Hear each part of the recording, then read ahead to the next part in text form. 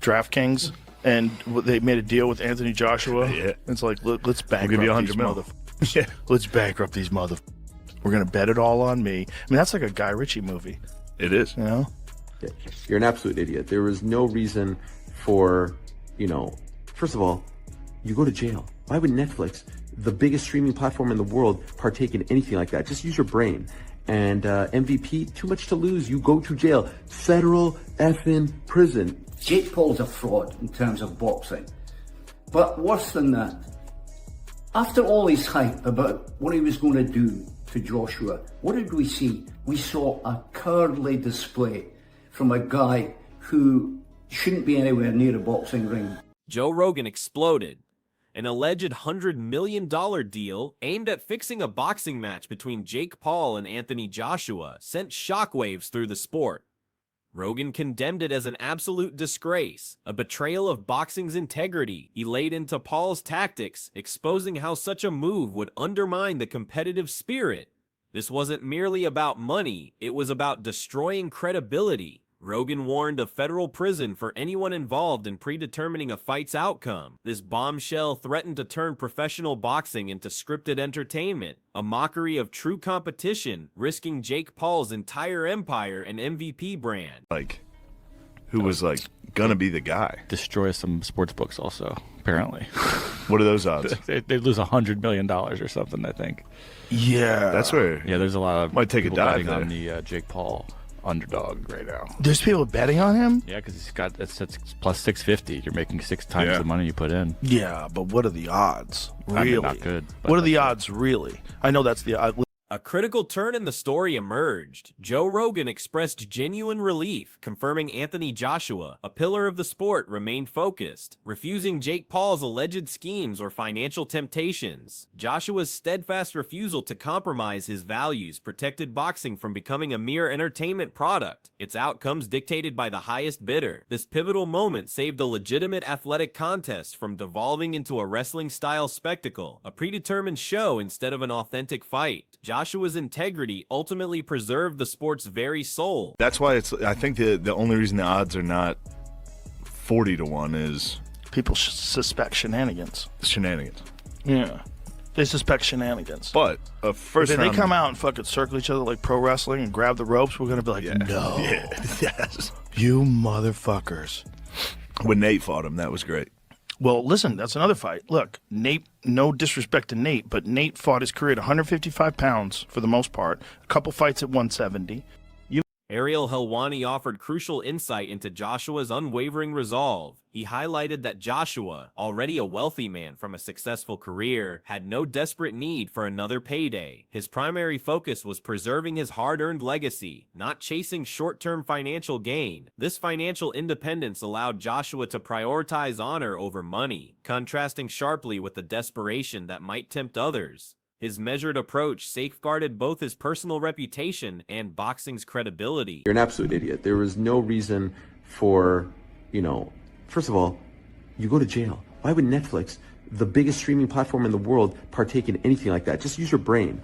And MVP, too much to lose. You go to jail. Federal effing prison. AJ, for what? For what? He doesn't need it. He doesn't need more money. It's great. But to risk this? No. Look at what's going on with the gambling. No way. There's no way. My respect for Jake has grown. I know people don't like to give him credit. You fight amateur, influencer, pro boxing. You have my respect. I don't care what kind of fighter you are. I don't care how many wins you have. You step through those ropes. You have my respect. He lasted 6 rounds. Most didn't think he would. I think the line as far as how many rounds was 2.5. So clearly, most people thought he would be out of there around that point, and I think a lot of people were going with the under. He had some moments. He had the antics. Obviously the takedowns and all that weren't great. But golly, I think he was tired. The ring was bigger, and everyone said that was going to benefit him, the 22 by 22 ring. But cardio has been an issue for him, and so when you're circling and dancing, you're going to get tired. You're going to gas out, and I think that happened.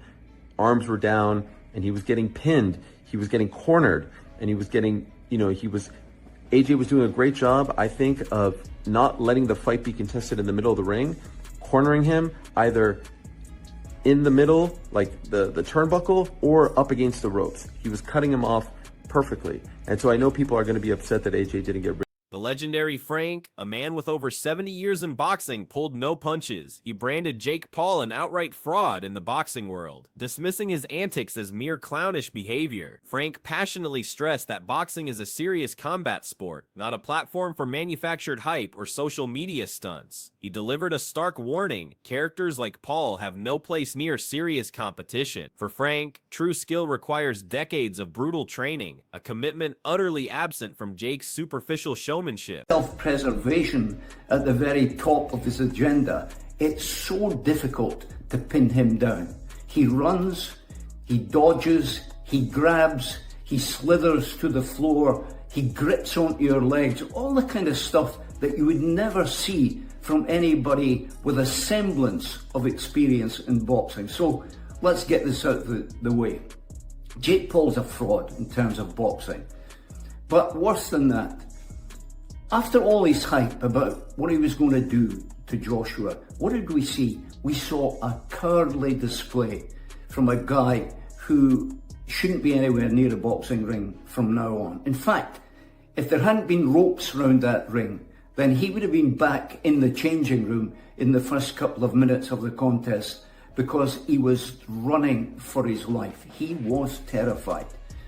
Let's look at AJ's performance. Let me say it's extremely difficult to box against somebody who doesn't want to engage, who doesn't want to actually come and fight, and that's what they were there for. But Paul made up his mind long before this fight took place: I will run for eight rounds. And I can go and put on my resume that I went 8 rounds, the full distance, with the former heavyweight champion of the world. Finally, let's hope this is the end of Jake Paul as a so-called boxer.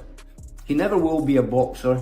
I've got guys whom I train up and down the country who would flatten him in 3 rounds. Amateur boxers who are miles better than he is. He has got nothing going for him in the boxing world.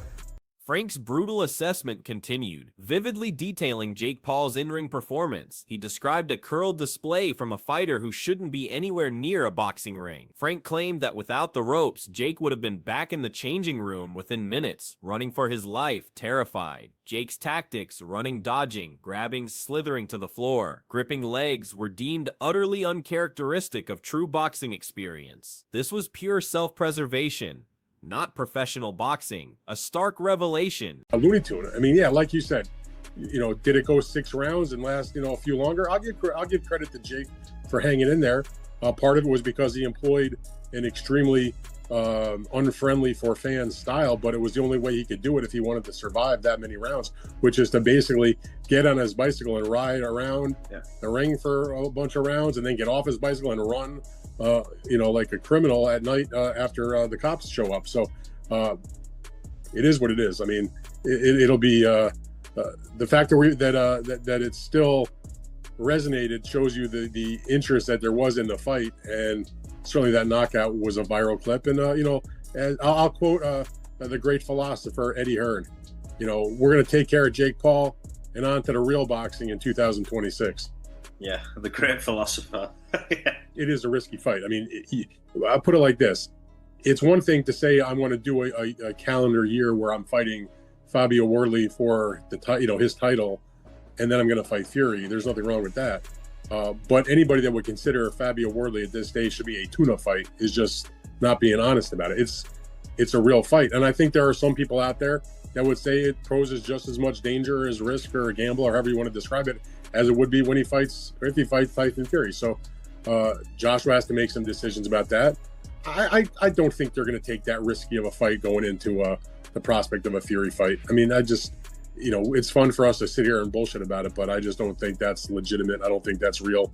I mean, I understand why Frank Warren and Fabio Wardley and their group would want that. They would welcome that fight because it's a winnable fight, and it's a bonanza in terms of compared to whatever money Fabio Wardley has made in his career so far. But if you're Joshua, Despite the controversy, Rogan lavishly praised Anthony Joshua, declaring him the best heavyweight boxer alive. He lauded Joshua's incredible skill, raw physical strength, and ring intelligence, honed over years of championship-level competition. Rogan explained the fight's outcome was inevitable from the start, as Joshua's technical abilities vastly surpassed any challenger like Jake Paul, whom he deemed a professional boxing beginner. This served as a powerful testament to Joshua's elite-level talent. You know, I'm glad that Anthony Joshua came out and said that it wasn't my best performance straight away. It's the first thing that came out of his mouth. So when I was saying what I was saying about the fight, I thought it was a very lackluster performance. I thought his performance wasn't that good. I'm glad that he addressed that, you know, because people don't like, you say something about, oh, you're hating, blah, blah, blah. No, I'm not hating. We have to call it into its context, and its context is this. Antiaz went 6 rounds with a YouTuber, right? He was polished on certain things that he was doing, but there's something inside me that said, like, there was an unconscious bias in his mindset to say, I'm going to carry him a few rounds, because if I just go out there and blast him out in 1 round, it ain't going to look good. And I think Anthony Joshua subconsciously carried Jake Paul. Because I think if Anthony Joshua went bing bing and went out straight away bombing, right, he could have easily dispatched of Jake Paul. But in the same thing, we have to give credit to Jake Paul in he had a very decent game plan. When people say, oh, well, you just came, you ran. What else is he meant to do? Anthony Joshua is, just out of curiosity, what else did Jake Paul meant to do? Jake Paul, for crying out loud, you lost to Tommy Fury, for crying out loud. Let's be real. Let's call it as it is. Even though he's made massive improvements. So, I mean, Jalen Love, who's working with, I know Jalen for a long time, so massive big up to those guys. You know, he's vastly improved, right? And do not be surprised if they don't slip him in for a cruiserweight world title shot against a WBC champion and him not coming out victorious. The alleged bribe ignited critical questions about sports betting. Rogan openly pondered who would risk destroying sports books, highlighting the immense financial stakes. Odds on Jake Paul as an underdog, offering a PA 650 payout, attracted bettors. However, Rogan vehemently questioned these odds, implying that widespread suspicion of shenanigans was the sole reason they weren't far higher, perhaps 40-1. A fixed fight could have led to millions in losses for betting platforms, a truly catastrophic scenario. The boxing ring. Listen, so long as people will tune in and so long as Jake Paul is paid by Netflix or any broadcaster to air his fights, we're going to see this continue. And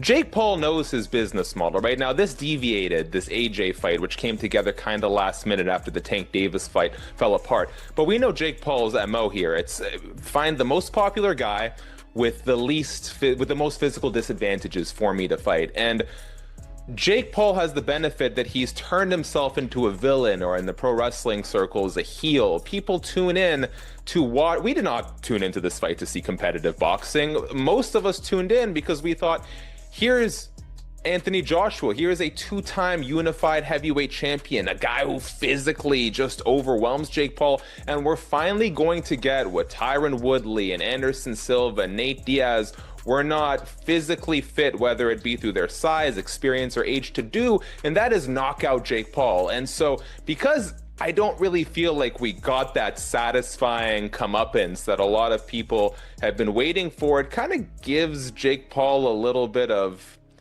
mystique, I'd almost say, to still try and string this along. Now, I don't know in terms, he says he wants to be cruiserweight champion. I'm not quite sure what the competitive road there is, because let's make no mistake, the reason this fight lasted as long as it did is because Jake Paul focused exclusively on being elusive. He did his best, and kudos to him, right? He did a great job of not getting cornered. He was always on the gas until the gas sort of fell out from underneath him. And so I don't quite know, short of leveraging his popularity, how he's going to get to that title shot if he's not actually going to fight, like really fight an elite boxer. But if he's looking to make money, there's the KSI fight out there, there's the Tommy Fury rematch. There is ways for Jake Paul to sustain. Respected boxing analyst Dan Raphael offered a detailed look at the fight, crediting Jake Paul for surviving surprisingly long. Raphael characterized Jake's extremely defensive, unpopular style as riding a bicycle, constantly pedaling to stay ahead, or like running away from the police. This evasive, non-engaging approach, though unexciting, was Jake's only realistic method to last multiple rounds against Joshua. It effectively prolonged the bout far beyond many expert predictions, a key to Paul's unexpected endurance. Or anything like that, but you can go over. People can't question you too much, but fuck me, it's not like taking a big old punishing right hand from AJ. And speaking of the right hand that AJ gave to Jake Paul, listen, Jake Paul was up at the 10 count. I see AJ give that same right hand to Robert Helenius, and he was out for the count, and he was juicing. So that's a win there for Jake Paul. And you know what, yeah? When we speak about like the sparring stories before the fight, I just thought, nah, they're talking shit. Hold my hands up. I had it wrong. Lawrence Okoli weren't talking shit. I'm sure Jake Paul did win a round or two against Lawrence Okoli. We've just seen him do it against Anthony Joshua there. So I think that then moves us on to Anthony Joshua, and we've got to speak about Anthony Joshua. Listen, I do think that you box to the level that's in front of you sometimes. If you see me in the gym sparring with professionals, I look way better in those spars than I do sparring against amateurs that have had one fight or something like that, because they're not orthodox. They don't do things the way you're expecting them to. And also, we've got to mention the fact that despite there now being a probably plethora of highlight reel shots for Jake Paul to be able to clip up, he probably landed 15, 16 shots in total on Anthony Joshua, or about that. Despite there being loads of that he'll clip up and use and stuff like that, let's not rewrite history with this fight. This fight was Jake Paul coming and running. Now there's a style of running, and if you're ever going to run, do the one that Jake Paul done just now, because he did still let off multiple big power shots. A couple of his shots he landed with double jabs, and it would only be the second land, but he did still let off multiple big power shots. He had a go. He had as much of a go as you can. Raphael's fair analysis extended to a critical observation. Joshua could have done significantly better cutting off the ring, trapping Jake in corners. Despite this critique, Raphael praised Joshua's overall skill and ring generalship, asserting the eventual knockout was impressive and deserved. Joshua's post-fight honesty, assessing his own performance, further highlighted his professionalism and self-awareness. This candidness separated him from those merely building a brand, a crucial distinction in professional boxing. Chance. But then I watched it the next month. I was like, he actually did way better than I thought he would have did. But people forget Jake Paul rostered Ohio State wrestling, so he's tough. He's not as good boxer as good skill, but he's tough. You know, wrestling is a very competitive sport in America, and to be a Ohio State wrestling level, you have to be they're physically tough and physically strong. You know, so yeah, he was tough. That's why he survived in there. He did what he had to do in there. He got tagged with a few shots.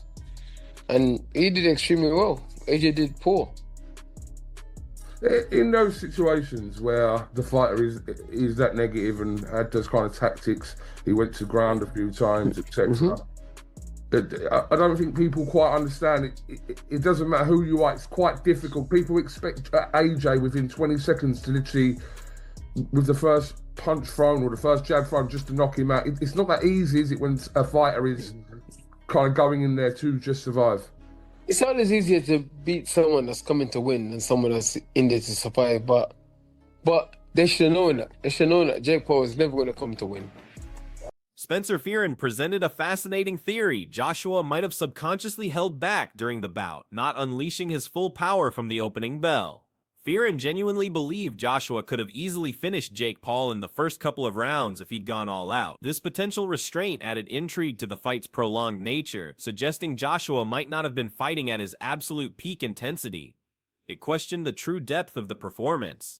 That's it for today's video. Stay tuned until next time. Despite Fearon's theory, he credited Jake Paul for executing a solid game plan given his limitations. Jake's constant movement and defensive approach, avoiding exchanges, was deemed his only realistic strategy against a world-class heavyweight. Fearon acknowledged Jake's significant measurable improvement since his loss to Tommy Fury, crediting his team for preparation.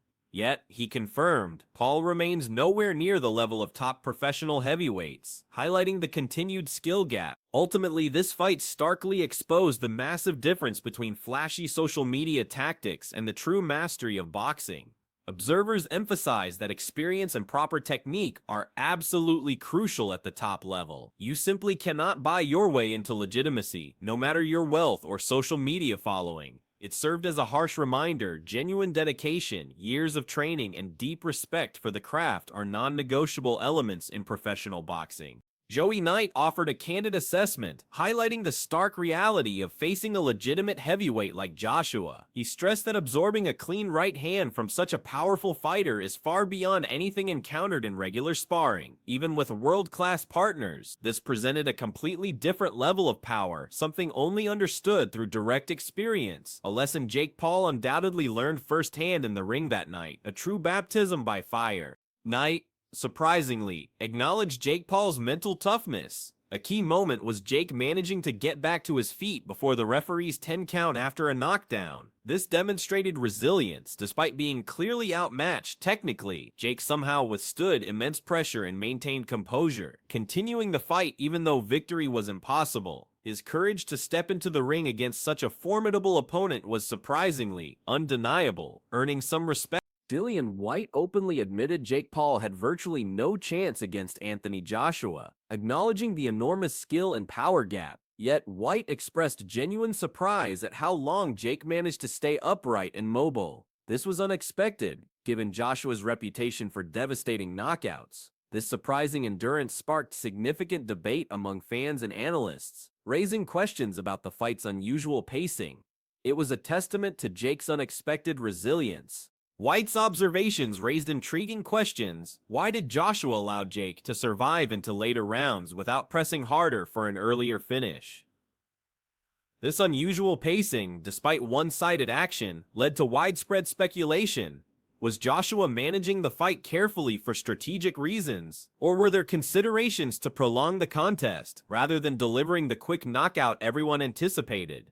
The unanswered questions lingered, adding a mysterious layer to the bout. Anthony Joshua displayed remarkable self-awareness and honesty in his post-fight interview, immediately admitting it wasn't the best performance. This direct admission, his very first statement, addressed criticisms head-on. It highlighted the self-awareness distinguishing true professionals from mere brand builders. Joshua wasn't afraid to acknowledge shortcomings, proving he holds himself to the highest standards, even in victory, a rare trait in the combat sports world. Remarkably, Jake Paul's resilience was underscored by a comparison involving Robert Helenius. Joey Knight highlighted that Jake got up from a powerful right hand from AJ, the same punch that knocked out Helenius, who was allegedly juicing. This suggested a surprising toughness in Paul, surviving a blow that had dispatched a more experienced, potentially enhanced fighter. It was a small but significant testament to his physical grit, defying some expectation. Prior to the fight, sparring stories involving Jake Paul and Lawrence Oakley were often dismissed as mere trash talk. However, in hindsight, these accounts gained surprising credence. The fact that Jake Paul managed to last longer than expected against Anthony Joshua, even landing a few shots, lent credibility to the idea he might genuinely have won a round or two against Oakley. It subtly reshaped the narrative around Jake's true sparring capabilities.